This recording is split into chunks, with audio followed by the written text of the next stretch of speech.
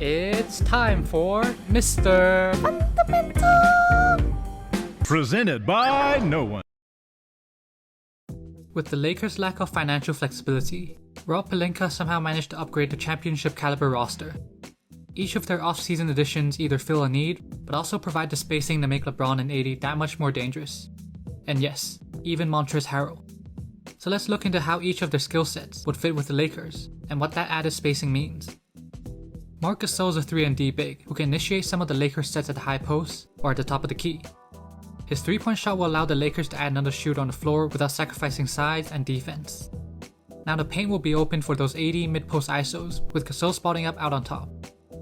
What they used to do is slot Dwight or McGee at the dunker spot since they aren't shooting threats. This worked really well when they incorporated these lob plays.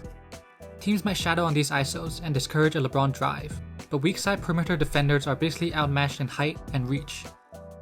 With that said, check out the percentage of field goal attempted within 3 feet by LeBron. He was still beasting when he takes shots within that area, but his attempts there were his lowest in the last 5 years. It doesn't seem like a big deal when you compare it to the seasons before that, but bear in mind, LeBron was getting the line 3 to 5 times more during those years, so a big chunk of those drive attempts won't be recorded as a field goal within 3 feet. Now there could be other confounding variables as well, but my point is having a traditional big situated at the dunker spot deters LeBron from finishing at the rim. Another indicator will be his drives to shots attempted ratio. I haven't done the maths, but you can tell he's attempting less shots per drive last season. Now having a lob threat at the dunker spot isn't necessarily a bad thing, but it depends on your personnel.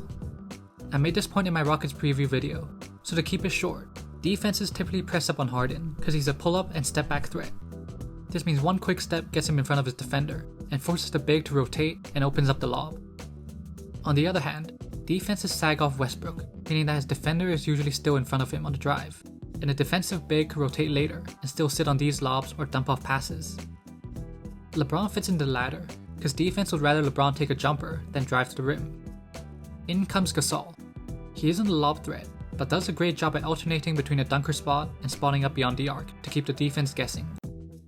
If we swap AD with Gasol and McGee with AD, we'll get a sense of the spacing Gasol provides for these post-ups. With Gasol's preference to play on the perimeter, AD can dominate the interior for longer stretches, bully his defender one-on-one, and get right to the basket without the fear of weak side help. Imagine LeBron is driving here. See how Embiid is reluctant to rotate down because of Gasol. He does rotate during the fumble, but it was too late and ineffective. Moving on to his passing. The Lakers already have players that have their bigs initiating at a high post. Gasol will fit in like a glove in these situations and find the open man after some off-ball actions.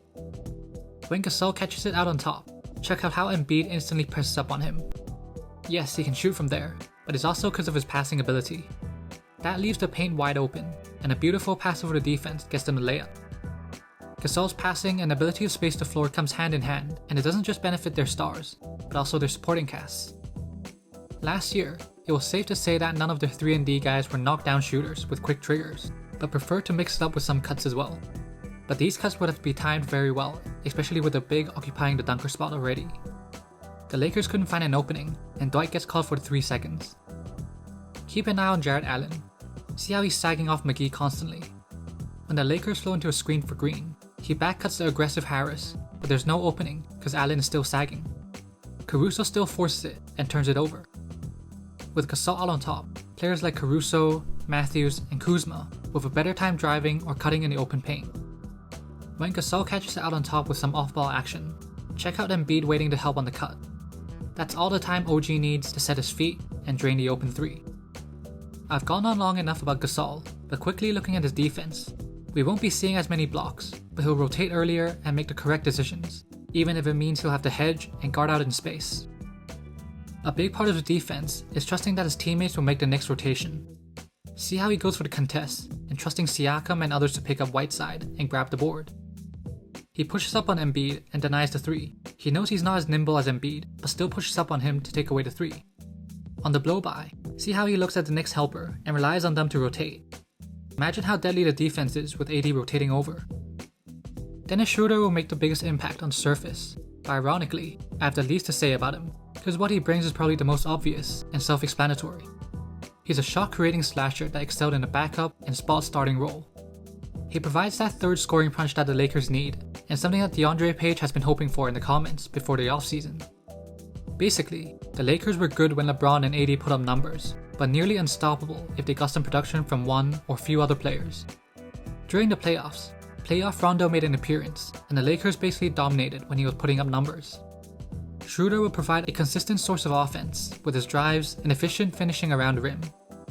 He also has the quick burst that the Lakers lacked in the backcourt, where he can get by his defender at any moment, which is a good recipe to counter their stagnant offense at times. Of course, Schröder has improved his 3-point efficiency and volume, and that only adds to the Lakers' spacing. I'm sure you probably knew about this, so we'll move on. Staying along the lines of a third scorer, Montrezl Harrell adds to their chances to become juggernauts. He's instant offense, and just having a capable ball handler will make their second unit that much more dangerous. What I like about this addition is how he replicates that interior presence Dwight had last year, but mostly on offense. It won't be hard to see Harrell in these spots, and carve out space underneath either for offensive boards or deep positions that leads to foul. Believe it or not, Harrell provides some spacing as well, and if you've seen my last video on him, then you know what I'm talking about. Harrell isn't a shooter, so teams are willing to back off him to help on drives. Now Harrell isn't a threat right now, so Adams thinks it's safe to contain the ball handler. What they don't know is that he's one lead pass away from scoring. His quickness allows him to get from here, where he's a non-threat, to here in less than a second. That's why the weak side couldn't rotate over in time, and Harrell lays it in. You can see Robinson shadowing with Harrell out on top. He's shooting 14% from there, so it was the right choice. But within a split second, he's already in the paint against a recovering defender. Then the up and under gets him in front of the basket. Harrell is on the weak side spotting up on this possession. His lack of shooting threat makes Plumlee rotate down on the drive. That's when Harrell cuts and presents himself. All of a sudden, Harrell becomes an imminent threat, and Craig is late on the rotation. Then Harrell slams it home. Harrell isn't even in the frame here, but suddenly pops up and his quickness gets him to the free throw line. See how Portis had to rotate earlier, opening up a potential skip pass for the 3. Apparently it still wasn't early enough, and Harrell draws the foul. Now he combined his improved ball handling and floaters. Defenders might start guarding him closer than a typical non-shooting big. This is when the paint opens up, and these type of quick give and goes will do damage. See how Harrell's defender is pressed up on him.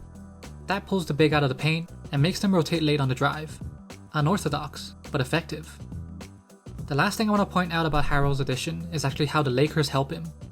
He'll be paired with AD and Gasol. Both have shooting and defense to cover up for his weaknesses. Harrell's defense was exploited in the playoffs, especially as the last line of defense. With AD and Gasol taking on that role, he'll become a weak side shot blocker who also fared pretty well in isolations. In turn, the Lakers will get his insane offensive production without dealing with the same defensive issues he's had with the Clippers. Lastly, we have Wesley Matthews.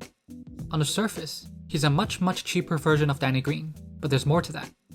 Matthews is an experienced scorer who doesn't just rely on the 3-ball. Many forgot about his Portland days, where occasional ball screens and post-ups were part of his offensive arsenal. You tack on his willingness to pull the trigger, and you get a more dangerous weapon compared to a green spot-up or cut. His quick trigger is similar to J.R. Smith, for better or worse, but those are the type of gunners that LeBron needs, as long as these type of blunders don't happen in the finals. Another upgrade is actually defense as well. Green had no answer for some of these Jamal Murray post-ups. While Matthews hasn't fared well last season, he has more strength and girth. Referring back to his Portland days again, he was actually tasked to defend LeBron while Batum took on D-Wade. Batum's length was more effective on Wade, but Matthews also had the strength to body LeBron. It's a small but useful detail if they run into the Nuggets again, or teams that love to run guard or wing post-ups. With their improved scoring and spacing, the impact of their additions are pretty obvious, but hopefully I brought some overlooked aspects that people haven't realized. They are not perfect players, and the Lakers might come across issues by adjusting their schemes, but that's what their star power is there for. Let me know down below how you think their additions will impact their repeat chances, and maybe some other things I haven't mentioned. Remember to hit that like button, subscribe if you're new, and I'll see you guys next time.